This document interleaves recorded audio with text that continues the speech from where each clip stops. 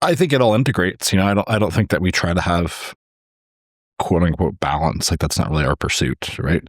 We've kind of gone after this work-life harmony that we've talked about before, where they two just go together seamlessly. Yeah, I think the only other thing that I would add is that if you can really value and honor your partner's strengths and weaknesses and not look for a duplicate of yourself, but look for someone that's got different skills and weaknesses, that's really where the synergy takes off to a next level. That took us years.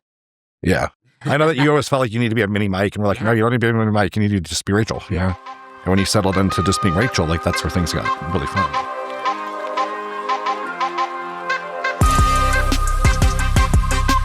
Welcome to the Growth Drivers Podcast, the show where we break down the leadership frameworks, mindset shifts, and strategies that fuel entrepreneurial success, personal transformation, and business breakthroughs. I'm Rachael Novak. And I'm Mike Novak. Let's dive in and start driving your growth.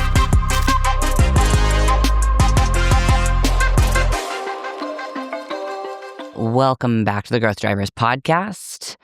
Today we are just going over some simple little rules as two people who have been in business together for a very long time.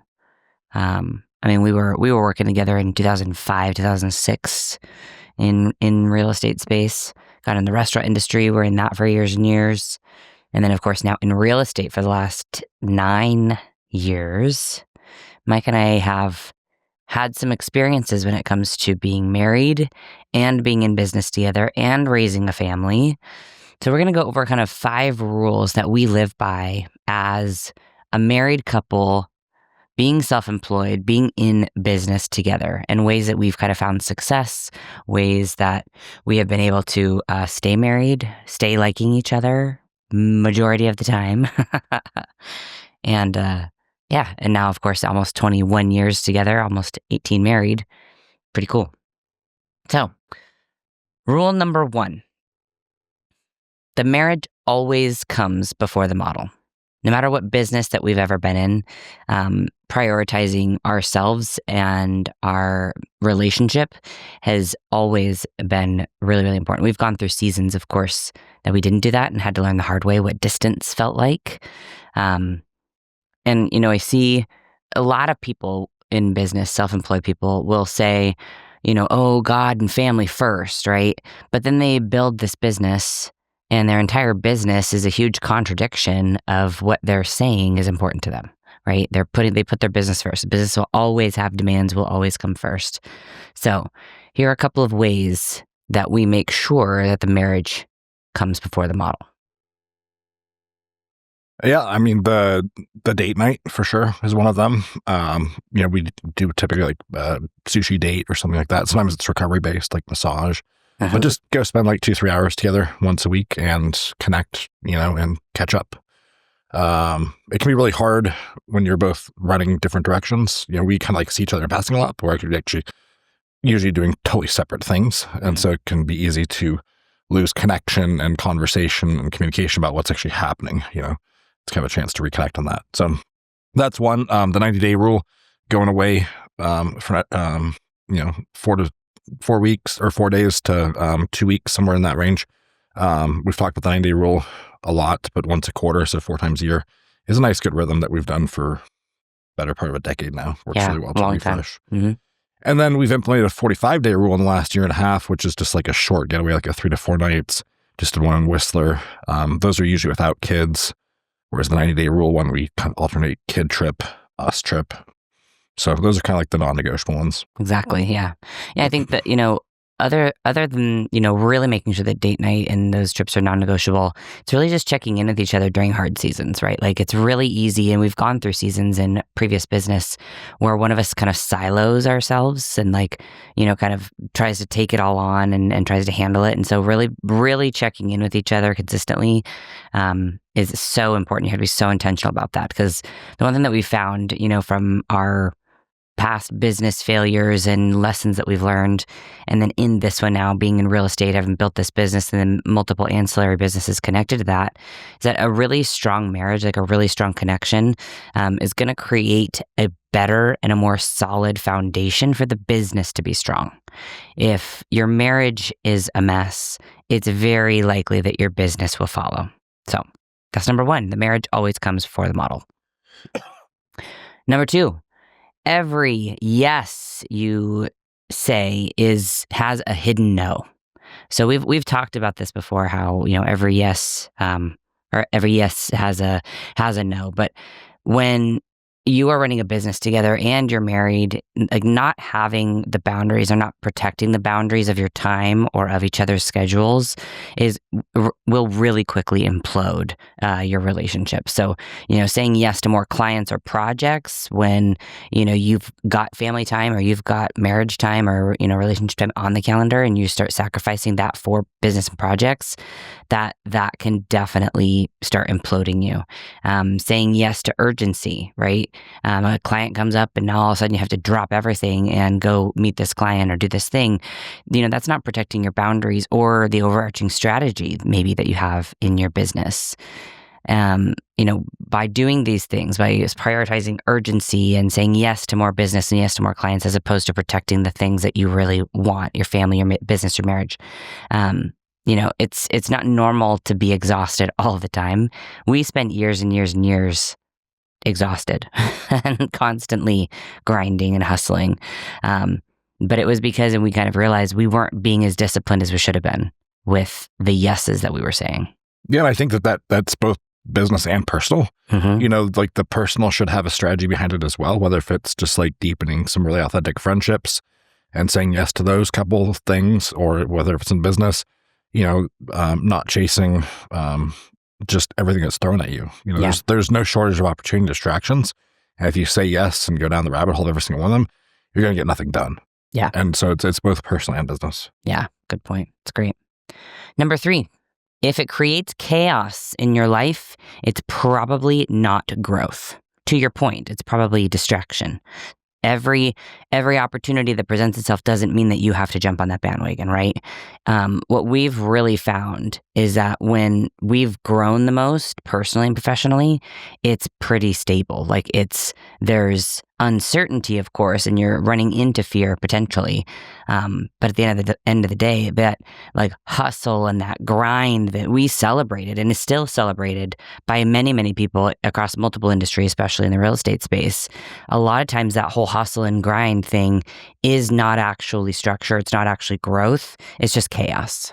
Yeah, it's usually a lack of actually like having a structured model. Right. Right? Like you just react to everything instead of having like a plan and a model you're going to follow. And a process. So it could be like a lack of leverage, and it could be a lack of systems, which is typically the two things I see. Yeah, exactly. So, in different growth periods that we've had, whether it's, building the team up, building our business up, building our past client or events up, whatever it is, we've seen scaling done well. We've also seen imploding, and both have been intentional and both can be useful. But if it creates a lot of chaos, if it just constantly feels chaotic, it's not growth. It's probably a lack of process, probably a lack of structure, which is going to affect your relationships in your life for sure. How do you fix that? I mean, we found mentors and started creating structure around every single domain of our life. So creating structure in the body domain, in our bodybuilding, creating structure with date nights, creating structure in your business, having a process, right? So if I know that, I have a process that I put people through with, with a buyer, for instance. So a buyer comes to me and I have this process. I'm not going to wing it outside of that process because that particular buyer wants me to. And that's what a lot of people do in the industry, right? Like you said, they are very reactive to things. They're taking any opportunity that comes at them as opposed to slowing down enough to say, hey, I actually have a process and a structure here. So I can meet at this time or this time. And this is the process that we need to go through first. So slowing down enough, I think, to put a structure in place. I think, being able to step back and look at things and say, like, is this just a season of business or is this just kind of the new norm? Because I see a lot of people that they're like hesitant to invest in leverage because they think like, hey, it's just going to last a few months. Yeah. When they really have an opportunity to kind of level up by adding leverage, Mm-hmm. Yeah. So just trying to like push through. That's a good point. Yeah.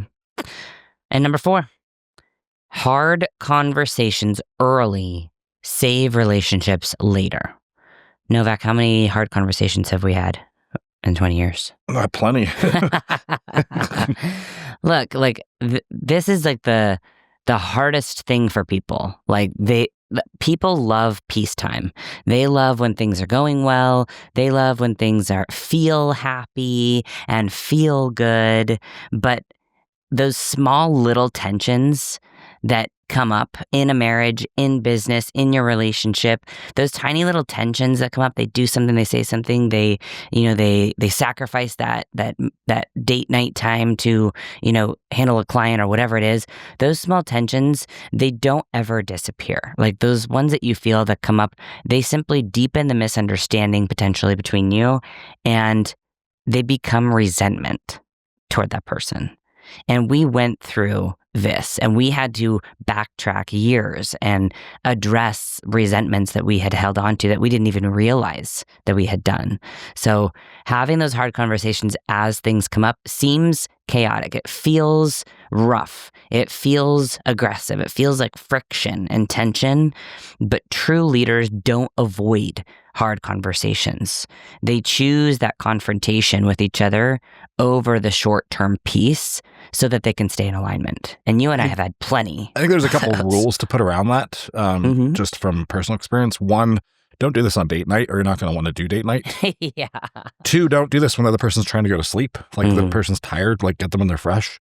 And then three, don't have hard conversations when you've been consuming alcohol. Absolutely true. Just full transparency. Absolutely true. So when you can separate emotion from logic, that's the place to have the actual conversation. Yeah, great point. Yeah, I think that, it's important to choosing to address the uncomfortable, the things that you maybe don't want to say, or maybe, it's not a big deal, or you want to sweep that under the rug. Like those are the things that over time will build the resentment with each other. So choosing to address those before it gets explosive, or before it gets damaging, or, before you have a glass of wine and all of a sudden it's Festivus and you want to unleash everything that you've, ever thought or thing that you've held against them for years. That's not the time to do it. Like you said, especially the alcohol point. Like, have the hard conversations sober, have the hard conversations when you're relatively fresh, like plan for it, and don't ruin date night with a hard conversation. Well, what it's going to do is it's going to ultimately make one or both of you not want to do date nights in the future. It's going to ruin that experience, which is not the intent of date night. Yeah, it's a super good point. So, all right. And number 5, rules that we live by being in business together as a married couple is that seasons change. Interests change, business seasons change, personal seasons change, but the principles that we live by overall do not ever change. So, we've covered kind of our rules of marriage before, and those rules of marriage stay. Those are principles that we live by no matter what season we're in. So even if I'm really busy, or Michael's in like in prep, for instance, right? We were in a season where both of us are stretching ourselves. Both of us are very tired. Both of us are very worn out and depleted. We still made sure that we are not swearing at each other. We are not threatening, divorce. Like those are 2 specific rules of our 4 that we live by. And making sure that those principles don't change. Like just because you're a little bit emotional, just because you're in a season of struggle, does not mean that all of a sudden you can compromise who you are and the principles that you've laid down in your marriage. You have to honor those, because if you abandon those principles to survive a season, so say you're really emotional and they're really distant because they are dealing with this huge project at work, or you're building something big together in business or whatever, and it's frustrating and it's hard and it's difficult. If you abandon your principles to survive that season together, you are not going to like who you become through that season. And you can do massive lasting damage, not just to your relationship, but to the other person and yourself by abandoning those principles. Do you think it's possible to turn work off at home? Honestly, no. It's pretty tough as well. I mean, I think it's impossible to ever turn it off, right? When you're self-employed and you're working for yourself, it's constant. You're thinking about it constantly. It's interwoven into the DNA of your thought process, no matter what you're doing, right? If I'm training at the gym, like I'm thinking about work stuff. Yes, I'm present at the gym. Yes, I'm there. I'm totally in it. I'm in that lifting session. But of course, during the in-between moments, you're thinking about everything else. Same with date night. Same with when you're with your kids, right? You're thinking about everything at all times. Are you able to have the discipline to not talk about things or be able to compartmentalize things and say, hey, this isn't the time to actually discuss this, and I'm going to be able to put that on the back burner till tomorrow when we do have an ownership meeting together or whatever? Yes, that I think you can do. So you can compartmentalize it, but no, you can never really, quote, turn it off, in my opinion. Yeah. What do you think? I think it all integrates. I don't think that we try to have quote unquote balance. Like that's not really our pursuit, right? We've kind of gone after this work-life harmony that we've talked about before, where they two just go together seamlessly. Like I don't think about work days versus like weekend days. That's been the biggest shift for sure for me too. It's all the same to me at this point. It is. There are days that we have structure for the team, that we, have meetings, or that, I have recurring things that I do, but there isn't like the work days are Monday through Friday. It's like every day is a work day, and also every day I have personal time and bodybuilding time and whatever else. So yeah, I totally agree. It's kind of a 7-day week every week as being self-employed. Yeah, I think the only other thing that I would add is that if you can really value and honor your partner's strengths and weaknesses and not look for a duplicate of yourself, but look for someone that's got different skills and weaknesses, that's really where the synergy takes off to the next level. That took us years. Yeah. I know that you always felt like you need to be a mini Mike, and we're like, no, you don't need to be a mini Mike. You need to just be Rachel. Yeah, exactly. And when you settled into just being Rachel, like that's where things got really fun. Yeah, there's a lot of synergy in our business. Absolutely right. So that's a great point. So those are our 5 rules plus a bonus that we live by as a married couple who is self-employed and runs a business and has kids and does all of the things. So hopefully you took a little bit of value from that today. I would love to hear, if you listen to this, screenshot this, tag me on Instagram. I'm at Rachael Novak. Tag Mike. He's at The Real Mike Novak. Let us know what kind of value that we provide if we do. And if there's anything that you're interested in hearing about, tag us and let us know. Love to do it. See you next time, guys. That's a wrap on today's episode of Growth Drivers. If you found value in this conversation, don't forget to subscribe, leave a review, and share this with a fellow entrepreneur. For more insights, tools, and resources, visit us at thewarrioragent.com. Keep pushing forward, keep leading with purpose, and we'll see you next time.